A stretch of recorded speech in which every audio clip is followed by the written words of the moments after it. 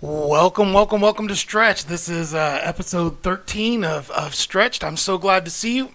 I know if you're watching this live, you're watching it an hour late, so we've had some technical things. You can see it's just Phil and no other Phil, and I'm going to be the producer this morning, but we're working on it. So glad that you're here with us. Once again, if you're watching it live, we're doing this Thursday, February 13th. Tomorrow is Valentine's Day, so we're going to be talking a little bit about some relationships, about some things that are going on, getting yourself ready for Valentine's, keeping everything smooth in the household as we go, but also kind of want to give you some follow-ups on stuff. Last week we were talking about creativity in the church and how as Christians we can use our creativity to glorify God and honor God, and we did have an amazingly creative week this week. One of the reasons why things are kind of a little off kilter is we were so busy doing musicals and other things over the weekend with the kids. It went off great, had a lot of family in town. It was outstanding, and now I'm excited to be back here with you, with my Facebook buddies, and ready to go. So. If you're watching us on YouTube, you're watching us on Facebook, our Facebook question of the day is going to be related to our Valentine stuff. All right, so what is the biggest gesture you have made for someone you were dating? All right, so this is going to be maybe for the pre-marriage stuff, but maybe help out some of our younger viewers that are going through that dating scene. When we think of Valentine's Day, a lot of times we think about over the top huge gestures, like that's what makes a relationship work. That's what love is all about, this idea of these huge gestures. I used to be a middle school math teacher, and I'd have middle school kids that were coming to school with huge boxes of chocolates, larger than their backpack. They couldn't put them in. I've seen them come with stuffed animals that were the size of humans. There's the kind you could maybe win at carnivals, but if you're at the right store, you can find these huge stuff. I'm like, you're a middle schooler, but even in middle school love, big teddy bears say a lot, or huge helium balloons, or bouquets of flowers, or those sentiments that we make sometimes when we're dating. And so just wondering what your biggest gesture that you've ever made for someone you're dating. Some of you are going to be talking about, well, it was when I was dating my wife, or married, or whatever. That's great. I love to hear those stories. I want to encourage you to share those, get those on the Facebook page, or comment below in the YouTube stream. Some of those things. So. For me, I mean, you guys know my story, where I come from. I'm a little bit of a robotic sort of person at times, but when I was younger, one of the things that I did a lot is I liked to do a lot of creative writing, and I still do that today. I love to write. I love to express myself creatively. It's why I do all the narrative sermons that I do. I like to share the message of God in a unique way, and that kind of blended over into my relationships. And so in college, I was really big into writing poetry. I do not have any of those poems to recite to you today. That would be way too embarrassing to me. But I did, before I started dating my wife, I did write her a poem that I kept in my wallet and walked around with, always with the idea that I was going to share this with her and give this to her as one of those expressions of love. And I did share it with her one day shortly before our summer break in our freshman year. And of course, she thought it was super awesome because I was super awesome. But at the same time, she was also dating somebody else. So you know how that goes sometimes. But that was one of those big things. I was like, I like this girl a lot. I'm going to write her a poem. And so I don't know what big gestures you may have had at some point in time. I've never been huge into the big stuffed animal sort of thing, but I'd love to hear what sort of big plans you had. Maybe it was a fancy restaurant you went to. Maybe it was something else that you did, a trip or something that you did that was just over the top, your gesture of love or romance for a person that you're dating. So I want to hear those, and we're going to talk a little bit about love and romance and dating and marriage and that today. And that's going to be what I want us to focus on this Valentine season. At church, we're focusing on relationships. Every kind of relationships, from friendships, family relationships all the way up into dating and marriage relationships. And so if you haven't been seeing those, I want to encourage you to go to the website, find the section on the playlist about sermons, and you can find those on there and get caught up to date with those. Just want to encourage you to do that, and it would be a great opportunity for you to get a better look at what we're doing on YouTube, the different things that we're sharing and that we're being a part of. And so if you haven't done it already, I want to encourage you, right below us in the description area, there's that little subscribe button. You click that subscribe button. There's a bell next to it.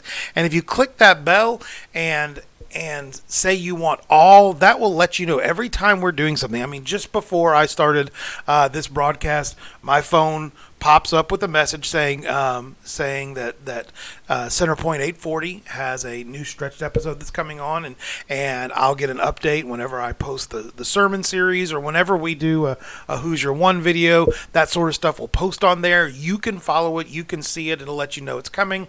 You can save it for later, you can go ahead and watch it. So I encourage you. Some of you have been clicking that bell notification and it's saying you can't do it unless you're logged in. You do need to create a YouTube account. Just take your email and just make a quick YouTube account with it, and you don't have to make videos, you don't have to do anything with that. But if you have that account, then you can click those notifications. It actually helps us because the more and more we have you logging in with your accounts, it lets YouTube know that we're all right, and it's going to give us a better opportunity to expand and stretch out and do the things that we're doing. So I just want to encourage you to do that. So today, Valentine's Day Eve. All right, getting ready for Valentine's Day, and then getting ready for that season where we talk about love and romance. And every store you go to is going to have boxes of heart-shaped chocolates and going to have balloons and cards and flowers and all those things that are going on. And I've been married. My wife and I, Kim and I, we got married back in 1994. So it was a long time ago. So we're getting really close to that magical quarter of a century time. So when I was younger, I used to not think that was as big of a deal. I mean, my grandparents were married and stayed married their entire life.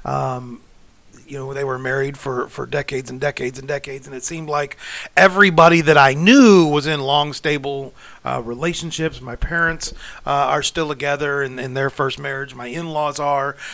Every relationship that I was around, they were these good, strong, solid relationships. But nowadays, when somebody asks, well, how long have you been married? And I tell them, we got married back in 94, so whatever that makes it, 20. It's going to be 25 years this year when we 25 years was last year. It's going to be 26 years this year. I'm getting there. Kim's going to be yelling at me. Math is hard for me. And you tell people I've been married for 25 years, and they look at you like, oh my goodness, that's so great. And you'll get applause in some places where you're at if I'm speaking somewhere. And I'm like, wow, we really changed our world today, where we get applause for just being married, for keeping a marriage together for a decade or two, and then I look at it and I realize a lot of the people I know have had difficulties and struggles, and getting to that 25-year range in a marriage is something nowadays that maybe is a little more unique than it used to be, something that we don't consider as special. And so I don't know if I necessarily have any deep insights other than what the Bible tells us about relationships and what the Bible encourages. But I'm going to share with you just a little bit about my insights. I think to have a deep and meaningful marriage, it really is something that starts before you ever get married. I think the problem with so many of our relationships today is if you watch TV, if you look at what our society considers to be the standard for marriage prep and getting ready for marriage today, it's so different than what it should be. It's actually counterintuitive. We live in a world today where you'll see people that date for 10, 15 years will have these extended engagements where they'll be engaged for 3-4 years, and they'll be like, well, we don't really know when we're going to marry. We're going to do it eventually, and this idea of having these super long relationships, and I think in a sense, it's part of what's contributing to the downfall of a lot of our marriages that are out there. There used to be a day and age. There used to be a time when, when we were getting ready for a marriage, this dating and building relationships was all about looking for that one person that you could spend a lifetime with, that one person that you could dedicate and commit your time to. And so dating was a serious process, a function of trying to find that one person that you could be linked to. And nowadays, the dating culture, the hookup culture, the swiping on your phone and finding a person culture, it's so permeated our society that really we look at a dating relationship more as just, going to go see a good movie. Hey, I want to go have a good time for a little bit. I'm just looking to blow off some steam. I want to have some fun. And that's what we're looking for in a relationship. And so when we start our relationships off like that, we tend to get ourselves into relationships that are not the kind of relationships that are going to build long-lasting, eternal marriages and beyond. So really, I want to encourage you from the very beginning, even in your dating relationships, even in high school, middle school, whatever, when you're doing these things, the quality and the caliber of your dating life is going to have an impact on your marriage life. Honestly, I don't think that you should date just to date. I mean, I think the interactions, the social things you can get in dating, you can do just as well in group situations. I always tell our teenagers, our high schoolers, I always tell them, when you're in high school, you're learning, you're growing, you're building your understanding on things. And when you lock yourself down into this, I'm going to go steady with this one person, and you lock yourself in that relationship, what you tend to do is you tend to become very myopic. That's the only thing that you know about. And so if it's positive, it's positive, it's negative, and those are the only things that you learn. And I try to encourage young people, you're going to learn a lot more about the other sex. You're going to learn more about a potential mate, a potential spouse that you're going to want to have by fostering quality friendships with numbers of people around you. I always tell people, go on group dates. Go out together with a group of friends, 5 or 6 of you, go see a movie, go out and eat. And in those situations, practice the habits that you want to be exhibited in your life, in your marriage life. And so you're going to, as a young man, you're going to learn how to show respect to a woman that you're out there and encountering. As a young woman, you're going to learn how to develop relationships, and you're going to learn how to look for good qualities in men, qualities that are going to be supportive of you, that are lift you up, not men that are going to tear you down or take advantage of you or abuse you. And so you're going to use that dating relationship to really build and foster that initial, is this person a person worthy to marry? And by the time you get into college, I think the only people you should date are people that you would potentially consider to be a mate, potentially consider to be a spouse. And so if you get into a relationship and then all of a sudden you see, oh, this guy's a jerk, or oh, that girl has a different value system than I have, or whatever, you know that early on, and you break it off early on. I hear so many young people today, especially college-age students, that are like, I'm in this relationship with this girl, and we're thinking about moving in together. One of my first things that I do whenever I'm doing marriage counseling for a young couple, if they're living together, one of the things that I require them to do is to move out. I require them to go find separate places to live and to start that relationship afresh. And today, people are like, no. It's like when you buy a car. You wouldn't buy a car if you didn't kick the tires a little bit, if you didn't take it for a test drive. And I hear that all the time, and it just makes my mind explode. The idea that you would compare the person that you're dating, the person that you say you love, the potential spouse that you're going to marry, that you would compare them to a car that you need to kick the tires to see if there's something wrong with it. And the reality is there's something flawed in that methodology. In fact, Satan, I think, uses that idea of let's give it a test drive in order to intentionally sabotage what's going to be happening in our marriages. Sociologists today have actually, they study that, and they realize that people that cohabitate before they're married actually have a greater chance of divorce, a greater chance of not making it. And you ask yourself, why is that the case? Well, there's some cases. Some of them are spiritual. Some of them are sociological. I mean, one of the main reasons is a lot of people move in together as young people, college age, young adults. They want to cohabitate, but they're not always doing it because they want those same marriage commitments, because they're having that deep love and they want to start a family. If that was the case, they would do that. They would get married. A lot of times we do it for socioeconomic reasons. Well, two of us can rent an apartment and it's cheaper. We can share the groceries.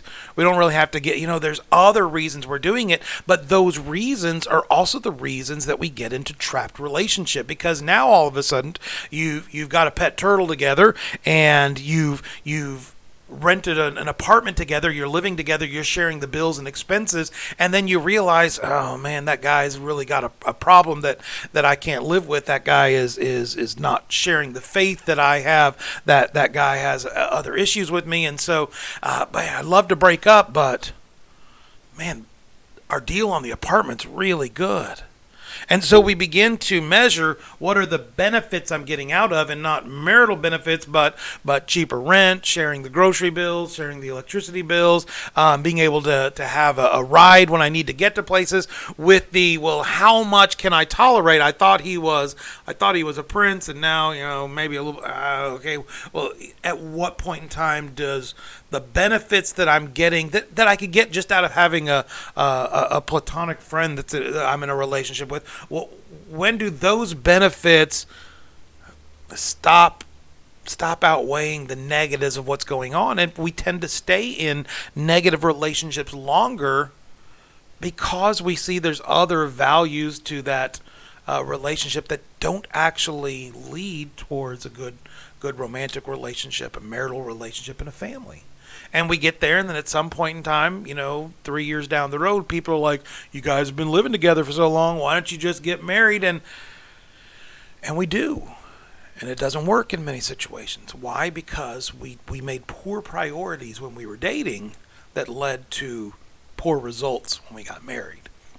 And so I always encourage people, date for the purpose of marrying. Date for the purpose of long-term relationships. If you don't do that, if you're dating just for a good time, just so that it feels good, some narcissistic purpose, I just want to feel good. In the long run, that ultimately is going to bite you in the back. In the long run, that's going to cause bigger problems, because that desire to just feel good for the moment, to be entertained, is going to be overwhelmed by the negative things that you overlooked because you weren't looking at, is this person's spousal material, but you were looking at that person. Will that person help me have a good time for a while? So date, pursue relationships that are going to lead us to into a positive marriage. So if it comes to that, there's a chapter in the Bible, a book in the Bible that's all about relationships. You want to go read the Song of Psalms, you'll find a lot of pastors, we avoid it all the time because there's a lot of talk about things we're like, I'm a little uncomfortable talking in front of the church about all these things that are written in the Song of Psalms. But there is a passage that I love in the Song of Psalms, and I'll use it a lot of times when I do weddings and things like that. It's Song of Psalms chapter 8, and it's verse 6. And so I want to read it to you. I've got my U version up. I encourage you guys to have a copy of U version so you can follow on so many things that you do. It's up there on the screen so you can read it. It says, This is Solomon talking, so your Bible may say Song of Songs or Song of Solomon, but it says, "Set me as a seal on your heart, a seal on your arm, for love is as strong as death, jealousy as unrelenting as Sheol. Love's flames are fiery flames, the almighty flame. A huge torrent cannot extinguish love, rivers cannot sweep it away. If a man were to give all of his wealth for love, it would be utterly scorned." I love this passage because it talks about love in a variety of ways. It talks about love the way love ought to be talked about. Now, a lot of times we use the passage out of 1 Corinthians, where we talk about love is patient, love is kind, and that's a great place to go and to look at what the Bible has to say about love. When you're looking for that relationship, when you're trying to find out who should I marry, who should I be with, read these passages on love and see what love is really about. Because what a lot of us equate with love is not actually love. What a lot of us equate with love is actually, for a less appropriate term, is lust. We have these physical things that are going on in us. We get all those hormones that are moving, and then all of a sudden we're like, yes, let's do that thing, and we get excited about it. And that's not love. Okay, that's a physical response that God has given to us for a purpose, and it's great. And when you're married and you're in love, all those hormones and all those things, that's an awesome thing. God did that on purpose for us. It helps enhance and encourage and uplift the marriage process. But love is not that feeling. Love's not an emotion, right? Love is something that's active. It's an action. It's something that we're doing. And in this passage in Song of Songs, we see it talking about love in different ways. And if we were to judge ourselves, if we were to say before we move in with a boyfriend or girlfriend, before we even think that that's a step, if we would begin to evaluate our relationship, if we would begin to look at our relationship and say, Am I moving in a direction that this passage is talking about, or am I not? And if I'm moving in that direction, then immediately I should be saying, this is a person I want to marry, and I want to pursue that in a godly and purposeful way, and let's get this going. And if it's a person that doesn't meet these criteria, why would you want to link your life, your future, everything that's going on, the potential of, you're moving in with somebody and then all of a sudden you get pregnant and you become a family de facto. Are you wanting to invite those things in your life, not having a strong bond, not having the proper commitment to that person that you're with? So let's go back and look at these two verses. It talks about how we need to set ourselves as a seal. It says, "Set me as a seal on your heart, for love is as strong as death." It begins with our relationships, this relationship we're having.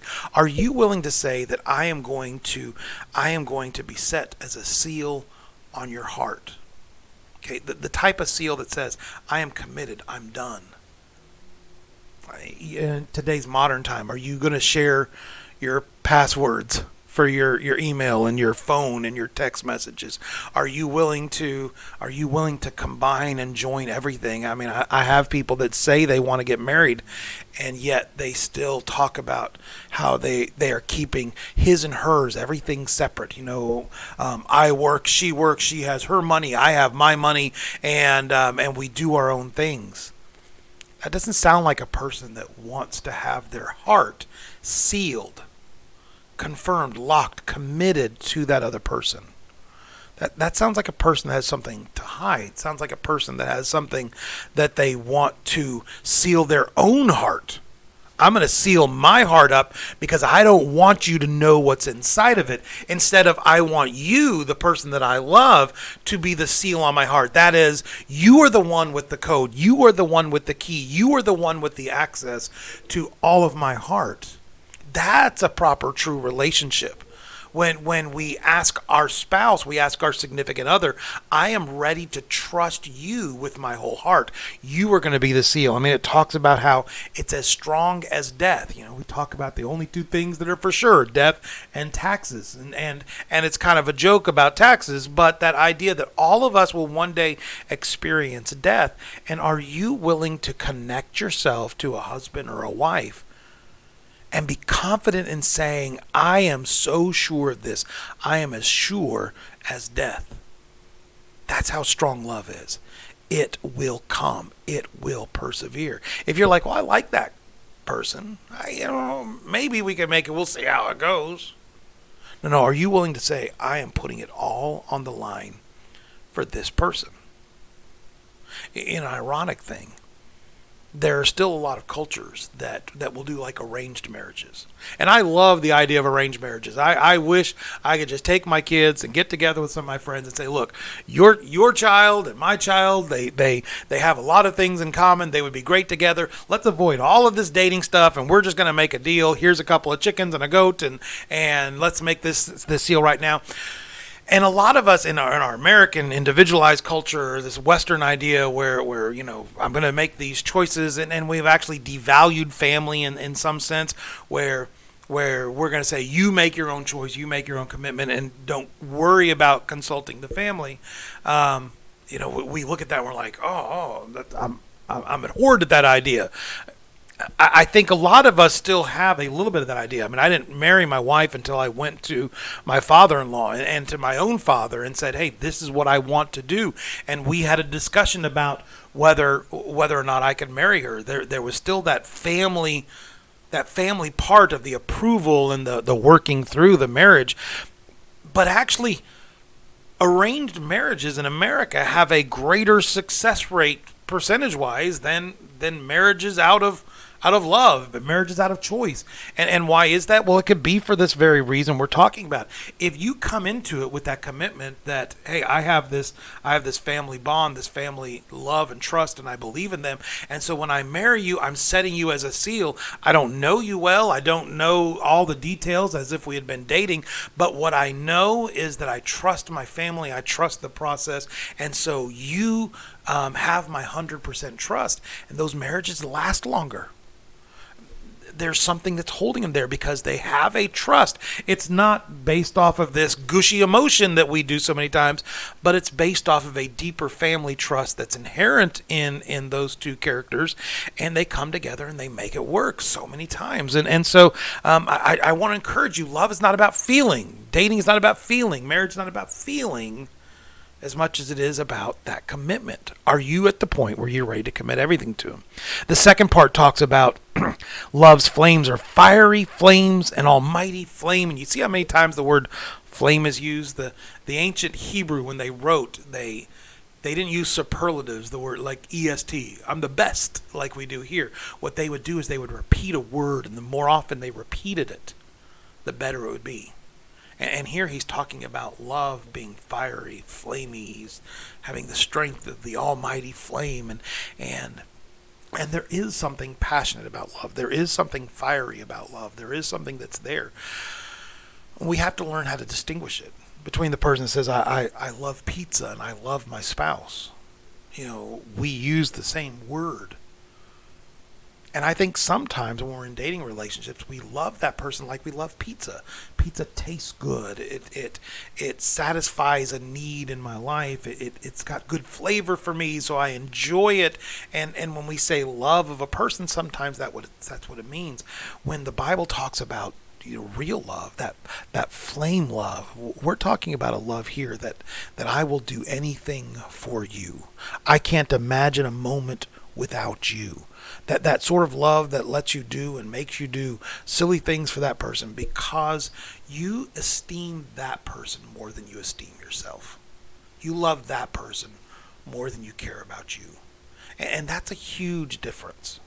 When we get to that point in love where it's not just a choice, it's not just a flavor that we like, but when it's really a all-consuming fire.